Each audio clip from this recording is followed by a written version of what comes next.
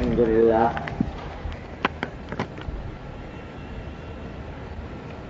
لله نحمده ونستعينه ونستغفره ونؤمن به ونتوكل عليه ونعوذ بالله من شرور أنفسنا ومن سيئات أعمالنا من يهده الله فلا مضل له ومن يضلله فلا هادي له وأشهد أن لا إله إلا الله وحده لا شريك له وأشهد أن سيدنا وسندنا ونبينا ومولانا محمدا عبده ورسوله صلى الله تعالى عليه وعلى آله وأصحابه وبارك وسلم تسليما كثيرا أما بعد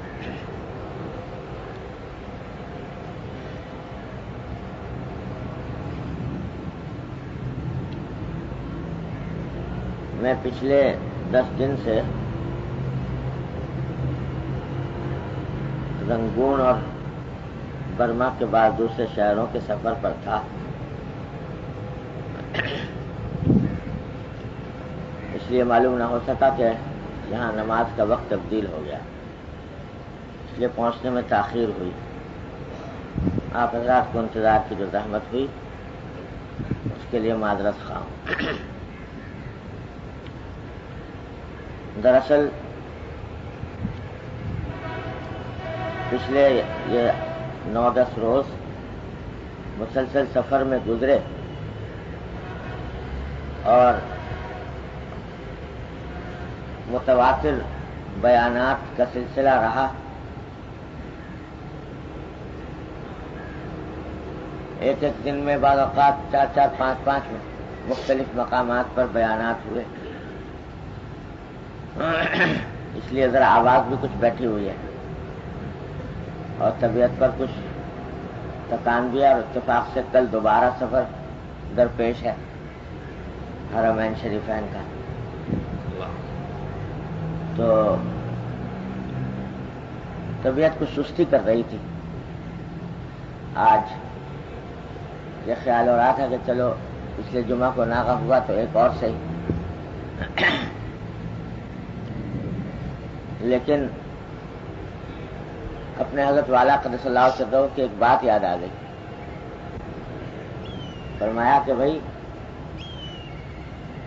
جب کسی معمول کے پورا کرنے میں سستی ہو تو وہی موقع ہے انسان کے امتحان کا. ایک معمول مقرر کیا ہوا ہے، اس کو پورا کرنے میں سستی ہو رہی ہے تو وہی موقع ہے انسان کے امتحان کا. ایک صورت یہ ہے کہ وہ سستی کے آگے ہتھیار ڈال دے اور اس کی بات مان لے، تو اس کا نتیجہ یہ ہوتا ہے کہ آج ایک بات میں ہتھیار ڈالے، کل دوسری بات میں ہتھیار ڈلوائے گا وہ، تو وہ طبیعت سستی کے تابع ہونے کی عادت بن جائے گی. اور دوسری صورت یہ ہے کہ آدمی سستی کا مقابلہ کر لے، مقابلہ کر کے کر گزرے، محنت سے مشقت سے زبردستی کر کے کسی طرح کر لے، تو اس کی برکت سے اللہ تبارک و تعالی آئندہ بھی معمولات کے پورا کرنے کی توفیق عطا فرما دے.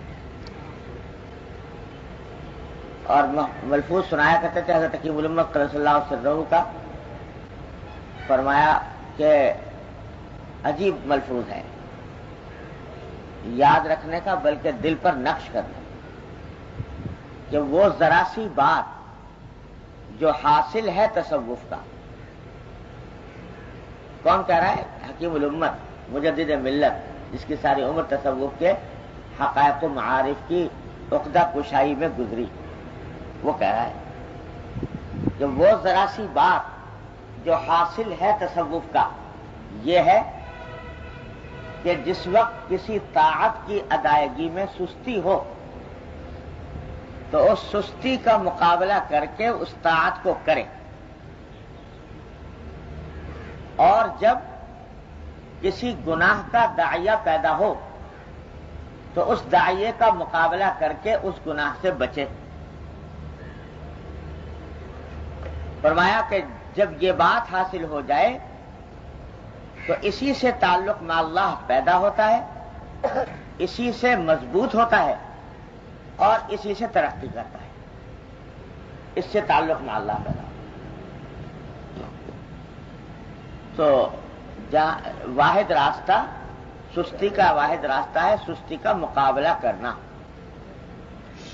لوگ سمجھتے ہیں کہ بھئی کوئی اور ایسا نسخہ بتائے گا کوئی شیخ جو گھول کے پی لیں گے اور سب کام ٹھیک ٹھاک ہونے چلے جائیں۔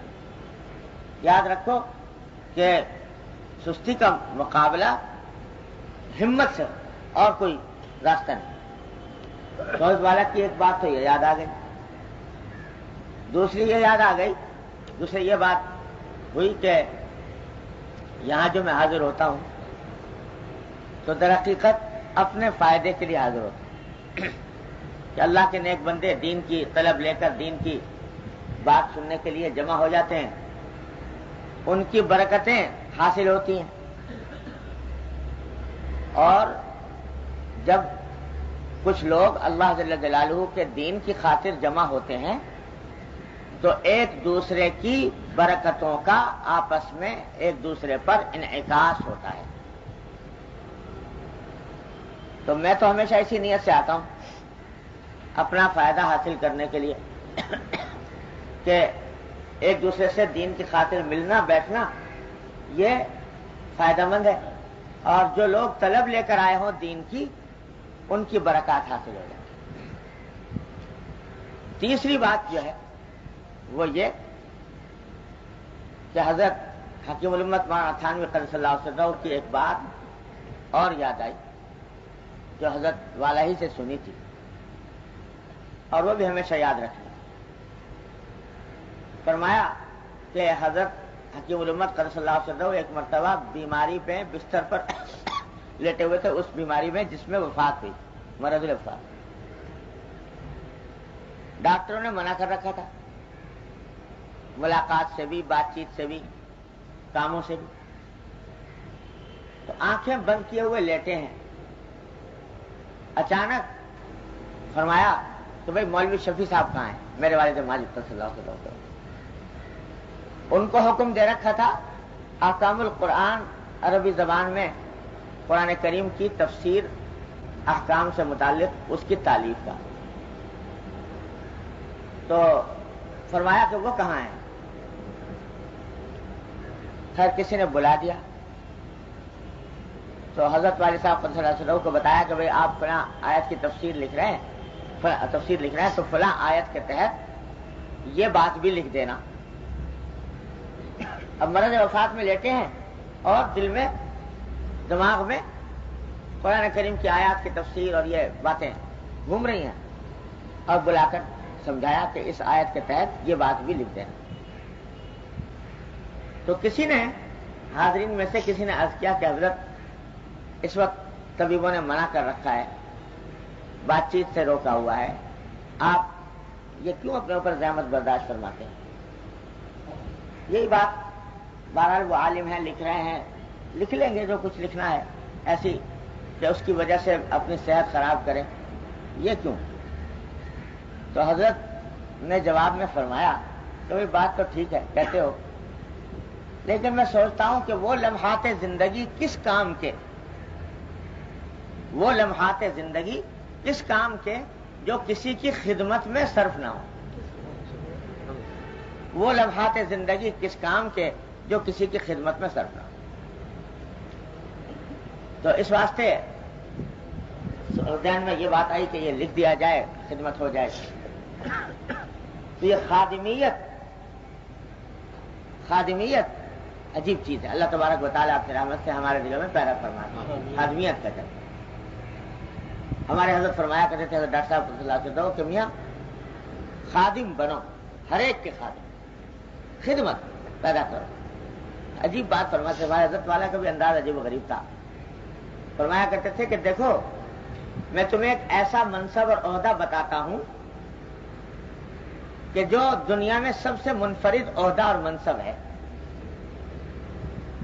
اور دنیا کے منصبوں کا حال یہ ہے کہ اگر اس کو حاصل کرنا چاہو کسی کے اپنے اختیار میں نہیں. کیا حاصل کر لیں؟ دل چاہ رہا ہے کہ صدر مملکت بن جاؤں. اب صدر مملکت بننا اختیار میں نہیں.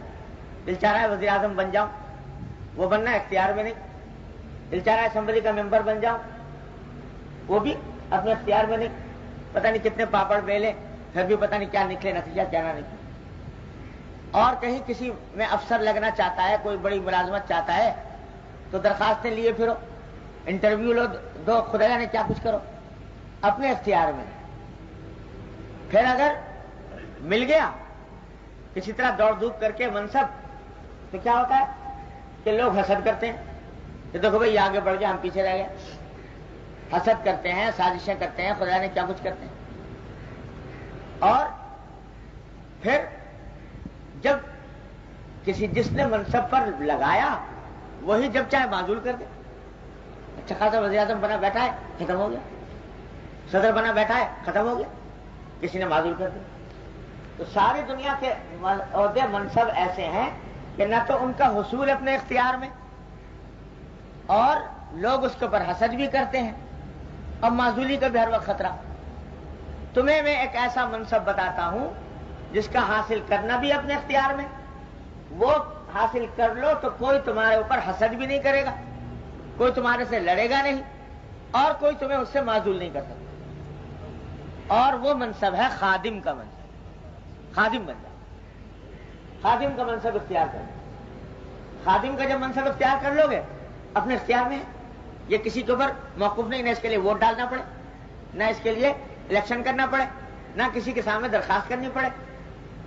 بھائی میں تو خادم ہوں، خدمت کر رہا ہوں، اور نہ کسی سے کو حسد ہو، وہ خدمت کام ہی خدمت کا کر رہا ہے تو دوسرا کیا حسد کرے گا، اور نہ کوئی معزول کر سکے اس سے. تو فرمایا خادم بن جاؤ. کس کے خادم؟ کہتے ہیں بھائی تم خادم بن جاؤ اپنے گھر والوں. خادم جو کام کرو خدمت کے وسیلے سے کرو. بھائی میں تو خدمت کر رہا ہوں، اپنی بیوی کا بھی خادم، اپنے بچوں کا بھی خادم، اپنے اہل و عیال کا بھی خادم، اپنے دوستوں کا بھی خادم. ہر کام خدمت کے نقطۂ نظر سے کرو کہ میں ان کی خدمت کر رہا ہوں. اور جو کوئی ملنے جلنے والے ہیں ان کی بھی خدمت کرو، ان کی بھی خدمت کرو. اور جو اللہ کا بندہ، اللہ کی مخلوق کا کوئی بندہ ہے اس کی خدمت جب موقع مل جائے خدمت میں لگے رہو. جو کام کرو خدمت کے لیے کرو. واعظ کہہ رہے ہو وہ بھی خدمت کے لیے، تسلیم کر رہے ہو وہ بھی خدمت کے لیے.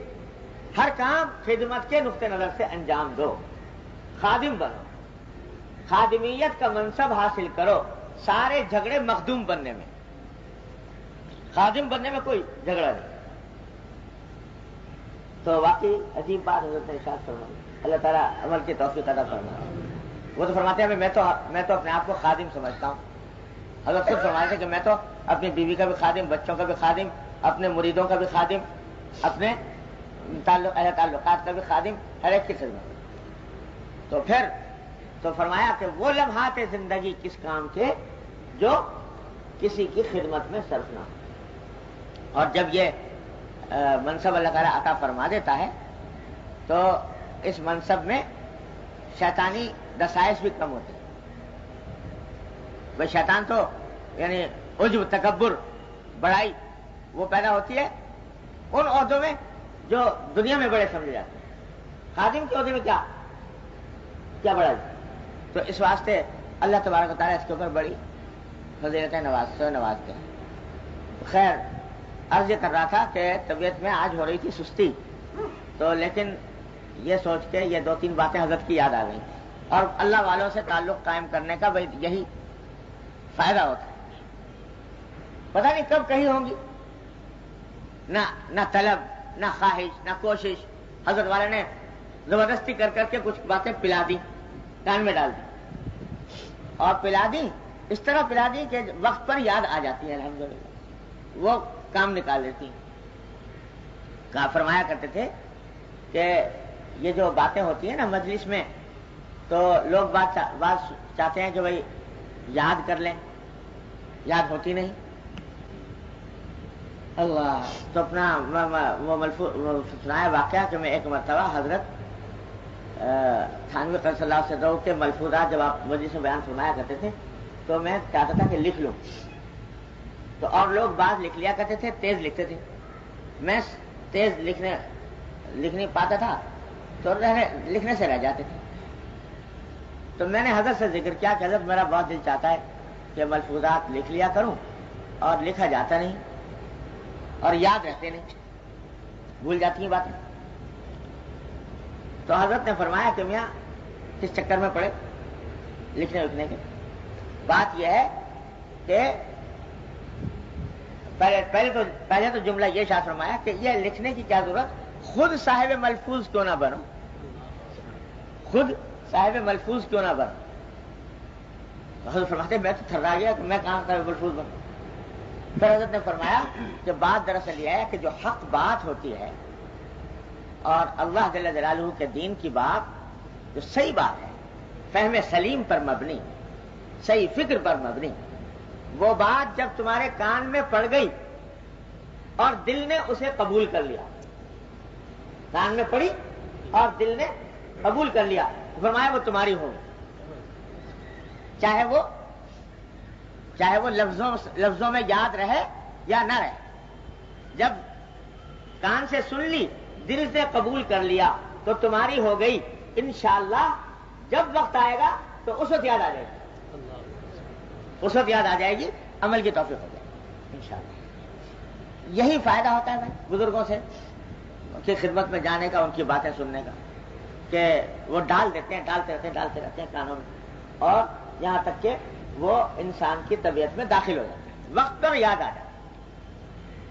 میں آج سوچتا ہوں کہ حضرت والد ماجد صلی اللہ علیہ وسلم، حضرت ہمارے حضرت ڈاکٹر صاحب صلی اللہ علیہ وسلم اور حضرت مولانا مسیح اللہ خان صاحب، ان تینوں بزرگوں سے تعلق رہا. اپنا تو حال تباہ تھا ہی، لیکن ان کی خدمت میں اللہ تعالیٰ نے حاضری کی توفیق عطا فرما دی، اور ان کا کرم تھا، ان کا فضل تھا. ان کی ساری عمر اس پر شکر ادا کریں تو بھی ادا نہیں ہو سکتا. تو نہ طلب نہ خواہش نہ کچھ، لیکن وہ زبردستی ڈال گئے، کچھ باتیں پلا گئے، کھانے میں ڈال. اب میں سوچتا ہوں اگر میں لکھنے بیٹھوں بھائی کیا کیا باتیں یاد ہیں، تو نمبر 1 نمبر 2 نمبر 3 کر کے اگر لکھنا چاہوں تو مشکل ہے یاد آنا. لیکن وقت پر کسی نہ کسی وقت پر یاد آ جاتی ہے کہ اس موقع پر. یہی فائدہ ہوتا ہے بزرگوں سے تعلق قائم کرنے. تو اللہ تبارک و تعالیٰ اپنے رحمت سے ان بزرگوں کا دامن ہمیں تھامے رکھنے کی توفیق عطا فرمائے. تو پھر بڑی نعمت ہے، بڑی نعمت. اور بزرگوں کے جس طرح خدمت میں حاضری نعمت ہے اور بات سن لینا نعمت ہے، اسی طرح ان کے ملفوظات، حالات، سوانے یہ پڑھنا بھی اس کے قائم مقام ہو جاتا ہے. تو آج یہ حضرات موجود نہیں ہیں، لیکن الحمدللہ چھوڑ گئے ہیں. یہ سب باتیں لکھی ہوئی بھی ہیں، چھپی ہوئی بھی ہیں، ان کو مطالعے میں رکھنا چاہیے، کام آ جاتی ہیں. خیر چلو، تو یہ کیونکہ بات ذہن میں آئی تھی اور باتیں تھیں بڑی کام کی ساری، تو اس واسطے میں نے کہا آپ کو بھی سنا دوں. اللہ تبارک و تعالیٰ اپنی رحمت سے ہم سب کو اس کے اوپر عمل کی توفیق عطا فرمائے. جب بھی سستی ہو تو معمول کے سلسلے تو اس کو مقابلہ کرنا چاہیے. دیکھو عذر اور چیز اور سستی اور چیز. عذر ہو پھر چھوٹ جائے تو کوئی غم نہیں، بیمار ہے چھوٹ گیا، کوئی اور سفر پیش آ گیا چھوٹ گیا، تو وہ کوئی حرج نہیں. جب اللہ میں نے اس کے اوپر مواخذہ نہیں کیا اور اس کی پابندی کی تلقین نہیں فرمائی تو ہم کون ہیں؟ جب اللہ نے رخصت عطا فرمائی تو رخصت ہے، تو اس پر رنج نہیں کرنا چاہیے. بیماری میں معمول چھوٹ گیا یا سفر میں چھوٹ گیا یا کسی زیادہ اہم مصروفیت میں چھوٹ گیا جو دین ہی کا تقاضا تھی. ماں باپ کی خدمت میں لگا ہوا ہے، ماں باپ بیمار ہو گئے، ان کی خدمت میں لگا ہوا ہے. اب اس خدمت کی وجہ سے معمول چھوٹ گیا، کوئی پرواہ نہیں، اس سے کوئی رنجیدہ نہیں ہونا چاہیے. تو عذر کی وجہ سے چھوٹ جائے تو اس پر رنج نہ کرنا چاہیے، اور سستی کی وجہ سے چھوڑنا نہیں چاہیے کہ سستی ہو رہی ہے زیادہ چھوڑ۔ سستی کا واحد علاج یہی ہے کہ اس کا مقابلہ کرو، ڈٹ جاؤ اس کے آگے، ہمت سے مقابلہ کرو، اور اس کا علاج سوائے استعمال ہمت کے کچھ اور نہیں، سستی کا علاج بس اس کا مقابلہ یہی ہے۔ یہ تنہا یہ بات بھی اگر ہماری زندگیوں میں آ جائے، سستی کا مقابلہ، بس سمجھو آدھا کام مار لیا، اس کے بعد اللہ تبارک و تعالیٰ اپنی رحمت سے توفیق عطا فرمائے۔ تو بہرحال حدیث جو پچھلے آخری بیان میں شروع ہوئی تھی، اللہ، وہ کچھ خوابوں سے متعلق تھی۔ یا اللہ، خوابوں کے بارے میں تھی نا بھائی، لم یبقى من النبوۃ الا مبشرا۔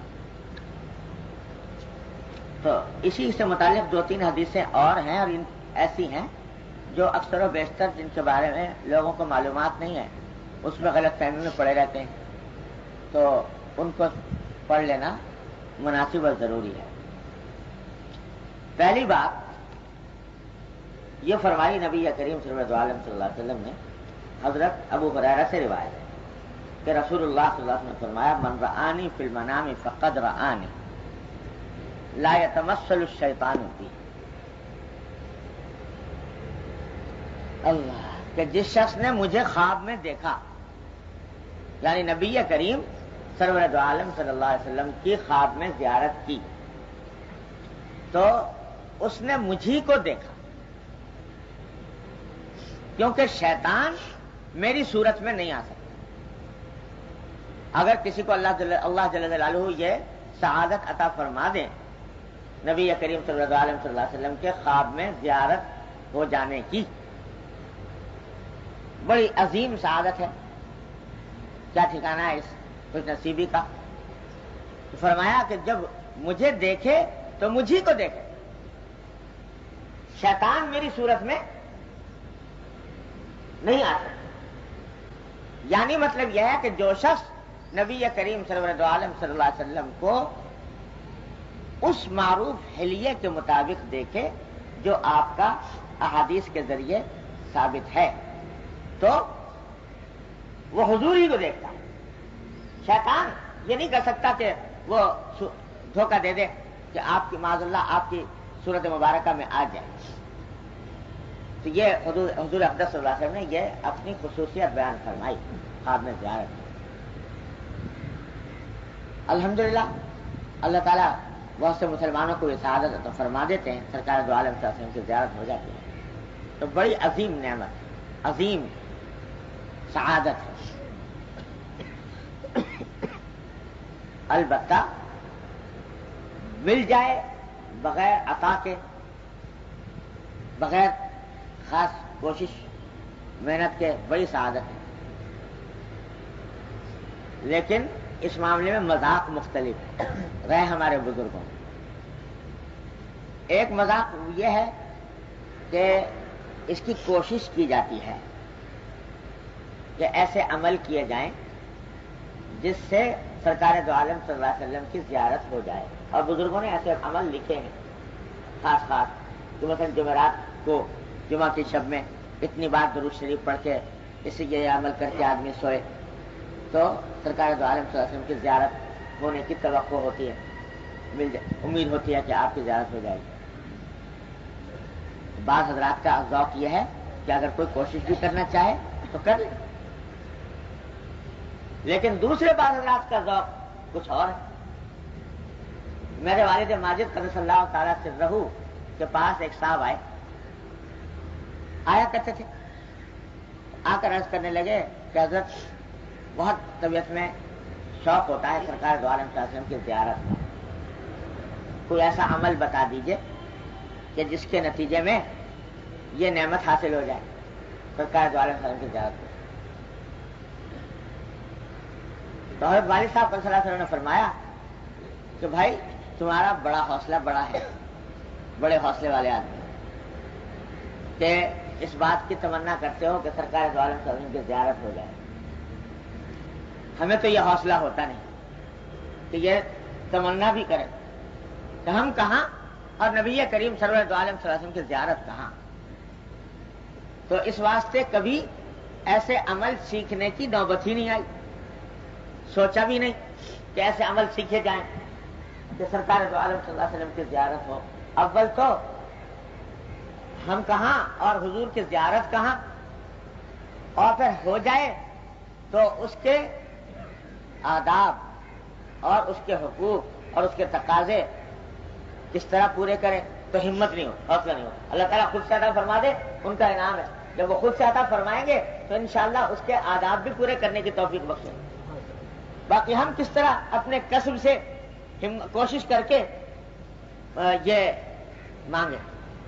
ہے ایک مومن کے دل میں آرزو، وہ آرزو تو ہے، لیکن آرزو جو ہے وہ بڑی حوصلے والوں کے دل میں پیدا ہوتی ہے. مجھے تو حوصلہ ہوتا نہیں ہے. تو مذاق مختلف ہو. جیسے میں نے حضرت کا والد صاحب کا سنایا تھا کہ ہمیشہ میں نے دیکھا کہ روضہ اقدس کے اوپر جب کبھی حاضری ہوتی تو اپنے والد ہماری تصویر کو دیکھا، کئی مرتبہ حاضری کا الحمدللہ ان کے ساتھ موقع ملا، تو کبھی جالی کے قریب تک پہنچ ہی نہیں پاتے تھے. ہمیشہ جالی کے سامنے ایک ستون ہے، اور ستون سے لگ کر بالکل وہاں کھڑے ہوتے، اب بالکل سامنا نہیں کرتے تھے. کوئی نہ کوئی آگے کھڑا ہو، اس کے پیچھے جا کے کھڑے ہو گئے، اس طرح کھڑے. اور پھر خود فرمایا ایک دن کہ ایک دن میری طبیعت میں یہ دل میں پیدا ہوا کہ شاید تو بھی بڑا عجیب شقی القلب آدمی ہے کہ اللہ کے بندے ہیں، قریب تک جاتے ہیں، جالی کے قریب تک پہنچ جاتے ہیں، قرب حاصل کرتے ہیں. جتنا قرب ہو جائے سرکار دو عالم صلی اللہ علیہ وسلم کا نعمت ہی نعمت ہے. لیکن تجھے توفیق نہیں ہوتی. میں کیا کروں کہ میرا قدم آگے بڑھتے ہی نہیں. تو کچھ شقاوت قلب ہے، کیا ہے؟ یہ دل میں خیال پیدا ہوا وہاں کھڑے کھڑے. تو فرمایا کہ یہ محسوس ہوا جیسے آواز آ رہی ہے کہ جو شخص ہماری سنتوں پر عمل کرتا ہے وہ ہم سے قریب ہے، خواہ ہزاروں میل دور ہو، اور جو ہماری سنتوں پر عمل نہیں کرتا وہ ہم سے دور ہے، خواہ ہماری جالیوں سے چمٹا ہوا ہے.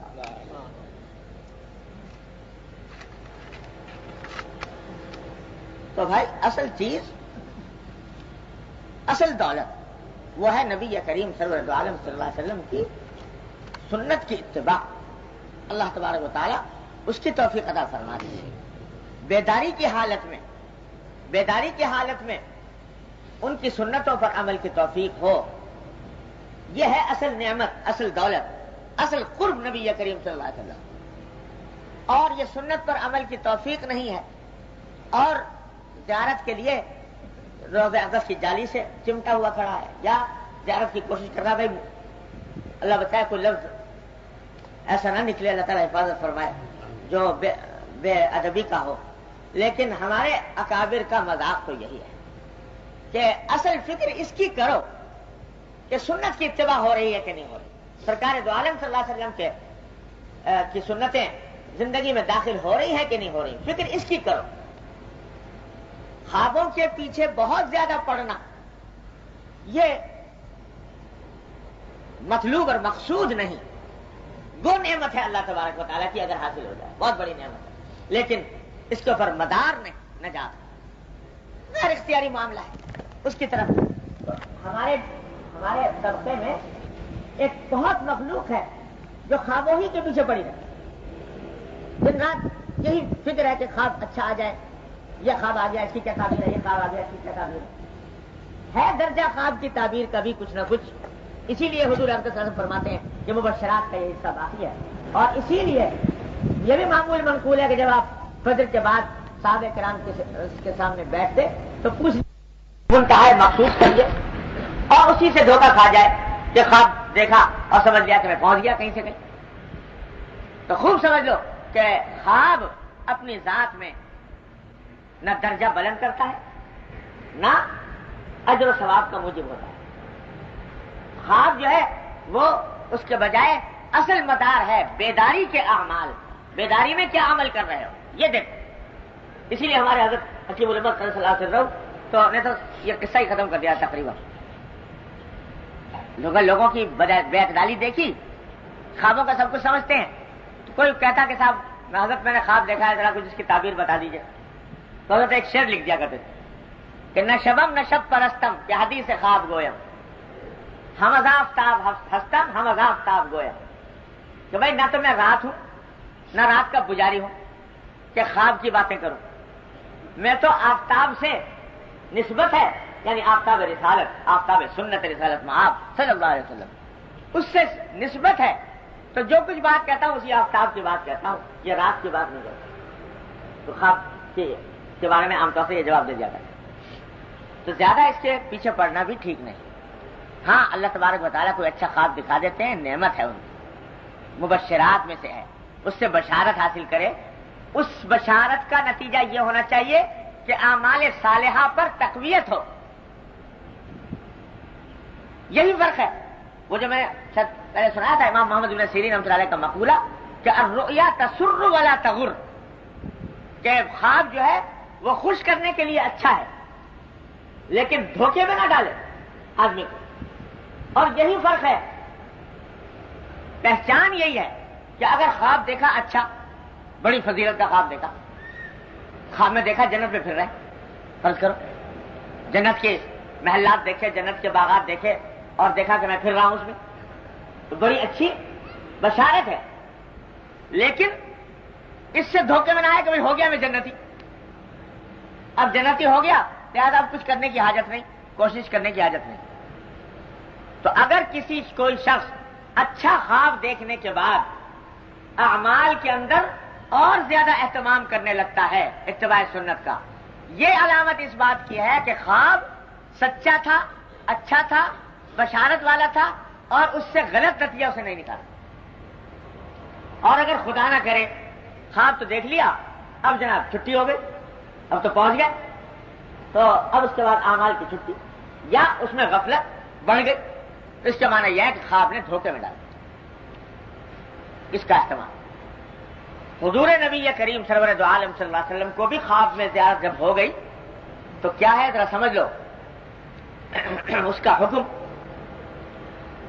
حکم یہ ہے کہ اگر چونکہ حضور اقدس صلی اللہ علیہ وسلم کو زیارت کی اور حضور فرمائے ہیں کہ جب مجھے خواب میں دیکھتا ہے کوئی تو مجھے ہی دیکھتا ہے، شیطان میرے بھیس میں نہیں آ سکتا، تو اس واسطے اگر خواب میں سرکار دو عالم صلی اللہ علیہ وسلم کی زیارت ہو اور وہ کوئی ایسا کام کرنے کو کہیں جو شریعت کے دائرے میں ہے، مباح ہے، فرض ہے، واجب ہے، سنت ہے، مستحب ہے، مباح ہے، شریعت کے دائرے میں، اس کام کو کرنا چاہیے، اہتمام کرنا، اس واسطے کہ وہ شریعت کے دائرے میں جو کام ہے، جب اس کی آپ نے ایک مرتبہ خواب میں، یہ تو غالب گمان یہ ہے کہ انشاءاللہ وہ خواب سچا ہوگا، اس کے کرنا ہی اس کے حق میں فائدہ مند ہے، نہ کرے تو بعض اوقات بے برکتی شدید ہو جاتی ہے، بڑی بے برکتی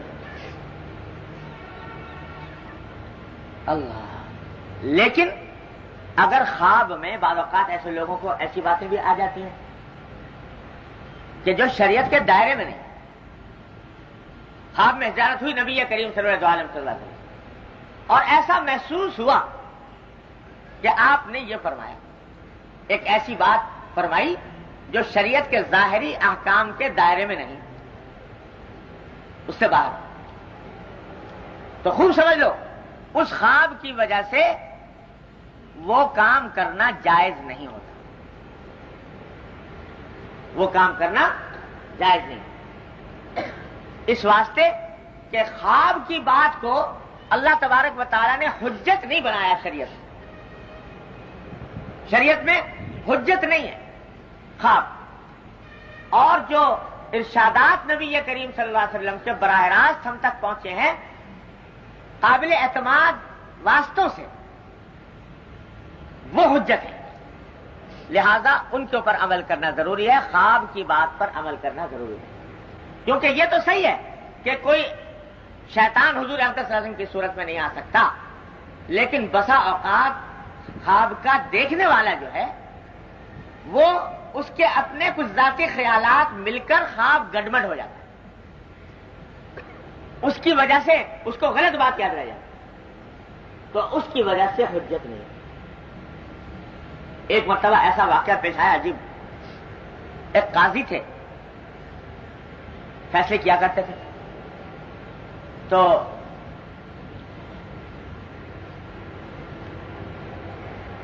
ایک مقدمہ سامنے آیا اور مقدمے کے اندر گواہ پیش ہوئے.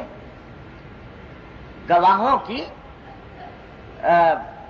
جو شریعت کے مطابق گواہوں کا تحقیق جانچ پڑتال کا جو طریقہ ہے وہ پورا اختیار کر لیا, سب کچھ کر لیا, اور مدعی کے حق میں فیصلہ کرنے کا دل میں ارادہ بھی ہو گیا. لیکن قاضی صاحب نے کہا بھائی فیصلے کا اعلان کل کریں گے. سوچا کہ ذرا اور سوچ لیں.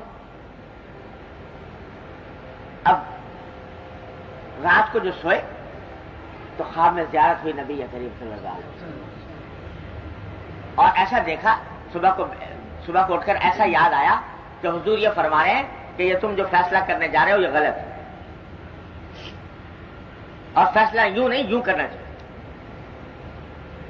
اب جس طرح خواب میں کہا گیا کہ اس طرح کرنا چاہیے, اٹھ کے جب غور کرتے ہیں تو شریعت کے دائرے میں فٹ نہیں ہوتا, اس طرح فیصلہ کرتے. اب بڑے پریشان کہ ظاہری طور پر شریعت کا جو تقاضا ہے اس کے حساب سے فیصلہ یوں ہونا چاہیے, اور خواب میں دیکھا کہ یوں ہو. بڑے پریشان. تھا بھی معاملہ بڑا سنگین, سرکار دوارا وسلم کی زیارت ہوئی بھی ہے, مقدمہ درپیش ہے. اللہ بچائے, یہ جو مقدمے کی ذمہ داری ہوتی ہے بڑی سنگین ذمہ داری ہے. جو لوگ گزرتے ہیں اور جن کے اوپر گزرتی ہے وہی جانتے ہیں. رات کو نیند خراب ہو جاتی, تو اس میں بڑی پریشانی ہوئی. جو خلیفہ وقت سے ان سے جا کے ذکر کیا کہ صاحب یہ مسئلہ پیش آ گیا, کیا کروں؟ کچھ علماء کو جمع کیجئے تاکہ ان سے مشورہ ہو. سارے شہر کے علماء جمع ہو. پوچھا گیا لوگوں سے کہ بھائی کیا کیا جائے, تو اکثر لوگ جو تھے وہ جو حاضر تھے انہوں نے یہ کہا معاملہ بڑا سنگین ہے, حضور اقدس صلی اللہ علیہ وسلم کی زیارت ہوئی ہے اور آپ کے صورت میں شیطان آ نہیں سکتا, لہذا عمل کرنا چاہیے اس کے اوپر. لیکن اس زمانے کے بزرگ تھے جو اپنی صدی کے مجدد بھی کہلائے ہیں, حضرت شیخ عز الدین ابن عبد السلام رحمہ اللہ تعالی, وہ بھی مجلس میں حاضر تھے. وہ کھڑے ہوئے اور کھڑے ہو کر انہوں نے کہا کہ میں آپ سے پورے جزم اور وثوق کے ساتھ کہتا ہوں کہ شریعت کے قاعدے کے مطابق جو فیصلہ آپ کرنے جا رہے ہیں فیصلہ وہی کیجئے, اور اس قوت سے کہا کہ وہی فیصلہ کیجئے اور سارا گناہ ثواب میری گردن پر. اس قوت کے ساتھ, اگر اس قوت سے نہ کہتے تو شاید تسلی نہ ہو, تاکہ اس کا سارا گناہ ثواب میری گردن پر. خواب کی بات کے اوپر فیصلہ کرنا جائز ہے, اس واسطے کہ خواب میں ہزار احتمالات ہیں. خدا جانے اپنے دل کی کوئی بات اس میں آ گئی. حضور کی صورت مبارکہ کے اندر تو شیطان نہیں آ سکتا, لیکن بیداری کے بعد شیطان نے کوئی وسوسہ ڈال دیا, کوئی غلط بات دل میں آ گئی. ہزار احتمال ہے, اور شریعت نے خواب کو حجت قرار نہیں دیا. اور جو حضور اقدس صلی اللہ علیہ وسلم کے ارشادات ہم تک سند متصل کے ساتھ پہنچے ہیں وہ ہمارے ذمہ حجت ہے, لہذا ہم اسی کے اوپر عمل کرنا ہے. کیجئے اس کے اوپر اور گناہ ثواب کریں. یہ ہوتے ہیں اللہ کے بندے جو اس قوت سے کہہ سکتے ہیں. آسان کام نہیں تھا یہ بات کہنا کہ گناہ ثواب میری گردن, لیکن جن کو اللہ تبارک و تعالیٰ بھیجتے ہیں اس دین کی صحیح تشریح کے لیے, دین کے تحفظ کے لیے, اگر ایک مرتبہ یہ اصول مان لیا جاتا کہ خواب سے بھی شریعت بدل سکتی ہے تو شریعت کا کوئی ٹھکانہ نہ رہتا. ایک سے ایک خواب لوگ دیکھ لیتے ہیں, اور دیکھ کر آپ دیکھو یہ جتنے جاہل پیر ہیں بدعت میں مبتلا حضرات, وہ یہی خوابوں کو سب کچھ سمجھتے ہیں. خواب میں دیکھ لیا, کشف ہو گیا, الہام ہو گیا, اور شریعت کے خلاف کام شروع کر. خواب میں کشف ہو جائے, کشف تو خواب تو خواب ہے, کشف جاگتے ہوئے ہوتا ہے, جاگتے ہوئے ہوتا ہے, آواز آتی ہے, کانوں کو سنائی دیتی ہے, اس کے باوجود شریعت میں حجت نہیں. خوب سمجھیے, کتنا ہی کسی نے کوئی پہنچا ہوا بزرگ ہو, عالم ہو, کچھ ہو, خواب میں آ کے کوئی کہہ گیا, کشف ہو گیا, الہام ہو گیا, الہام بھی حجت نہیں. حضرت شیخ عبد القادر جیلانی رحمت اللہ علیہ رأس الاولیاء ایک دن رات کو بیٹھے ہوئے عبادت فرما رہے تہجد. اب رات کا عبادت تہجد کا وقت شیخ عبد القادر جیلانی جیسا ولی اللہ عبادت کر رہا ہے. عبادت کرتے کرتے دیکھا کہ ایک نور چمکا تھا اور زبردست نور چمکا. اس نور میں سے آواز آئی کہ اے عبد القادر تو نے ہماری عبادت کا حق ادا کر دیا. اب تو اس مقام پر پہنچ گیا کہ آج سے تیرے ذمے کوئی عبادت ہماری طرف سے واجب نہیں. نماز تیری معاف، روزہ تیرا معاف، حج زکات تیرے معاف. اب تو جو چاہے عمل کر، ہم نے تجھے جنتی بنا. نور چمکا، آواز آئی، کانوں نے سنا. شیخ عبد القادر جیلانی رحمۃ اللہ علیہ نے فرمایا سنتے ہی کہ مردود دور ہو جا. اس لیے کہ یہ جب نماز رسول اللہ صلی اللہ علیہ وسلم سے تو معاف ہوئی نا، اور آپ کے صحابہ کرام سے تو معاف ہوئی نہیں، مجھ سے کیسے معاف ہو جائے گی؟ دور ہو جائے. سمجھ گیا کہ شیطان کا ہتھیار رکھ کر پھر دوسرا نور چمکا، اور اس نور نے چمک کر اس میں سے آواز آئی کہ اے عبد القادر تیرے علم نے آج تجھ کو بچا لیا، ورنہ یہ وہ داؤ ہے جس سے میں نے بڑے بڑوں کو ہلاک کر دیا. یہ وہ داؤ ہے کہ جس سے بڑے بڑوں کو ہلاک کر دیا ہے. تیرے علم نے بچا لیا، اگر تیرے پاس علم نہ ہوتا تو ہلاک ہو چکا. حضرت شیخ نے فرمایا جواب میں کہ مردود دوبارہ بہکاتا ہے. میرے علم نے نہیں بچایا، میرے اللہ نے بچایا. تو عارفین فرماتے ہیں کہ یہ دوسرا داؤ جو تھا یہ اس سے زیادہ سنگین تھا کہ اس وقت ناز پیدا کر رہا تھا علم کا کہ تیرے علم نے بچا لیا، تیرے تقویٰ نے بچا لیا، تو اس کو بھی رد کر دیا. تو بھائی یہ راستہ بڑا خطرناک. اور یہ جو آج کل خاص طور پر جس طرح کا مذاق بنا ہوا ہے، کشف اور الہام اور کرامات اور خواب اور ان کی طرف پیچھے لوگ پڑے ہوئے ہیں، یہ دیکھے بغیر کہ شریعت کا تقاضا کیا ہے. ہمارے ہی اچھے خاصے دیندار لوگ انہوں نے دعویٰ کرنا شروع کر دیا. خواب کہ صاحب کشف ہو گیا کہ فلاں حدیث صحیح نہیں ہے.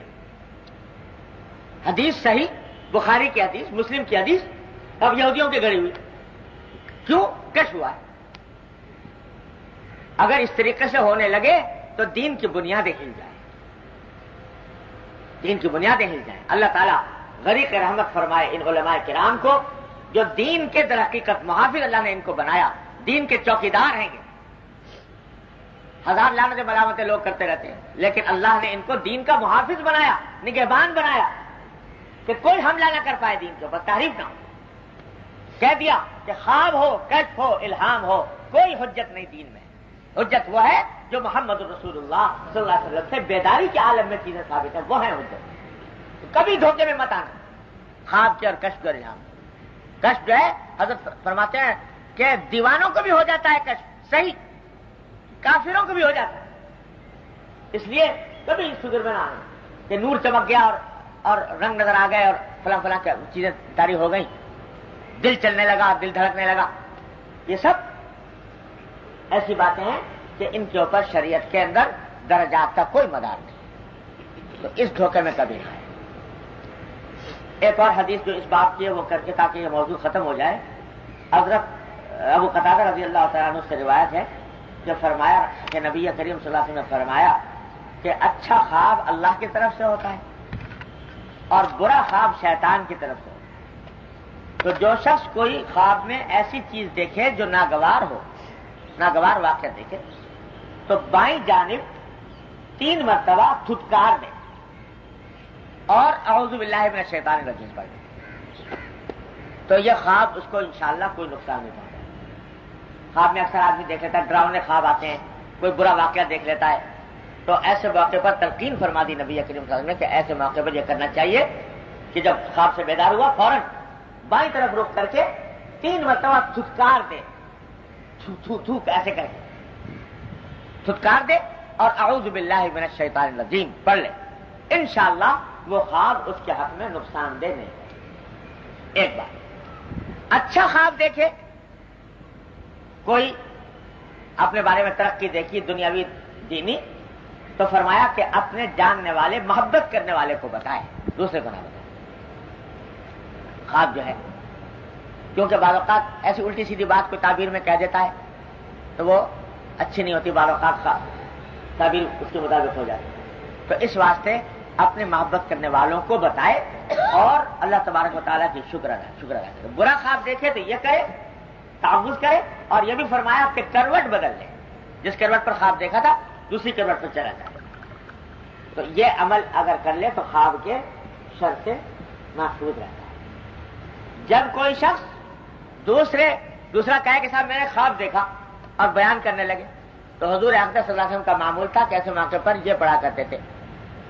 ایک شخص نے کہا کہ میں نے یہ خواب دیکھا ہے، بیان کرنا شروع کیا، تو حضور فرماتے تھے خیرن تلقاہ و شرن توقاہ، خیر لنا و شر لآبائنا، کہ یہ الفاظ تو یہ حضور اقدس صلی اللہ علیہ وسلم کے، کسی کو یاد نہ ہو تو اس کا ترجمہ کہ اللہ اس خواب کی خیر تم کو عطا فرمائے، اس کے شر سے حفاظت فرمائے، اور خدا کرے کہ یہ خواب ہمارے لیے اچھا ہو، ہمارے دشمنوں کے لیے برا ہو۔ ساری جمع فرما دی سرکار۔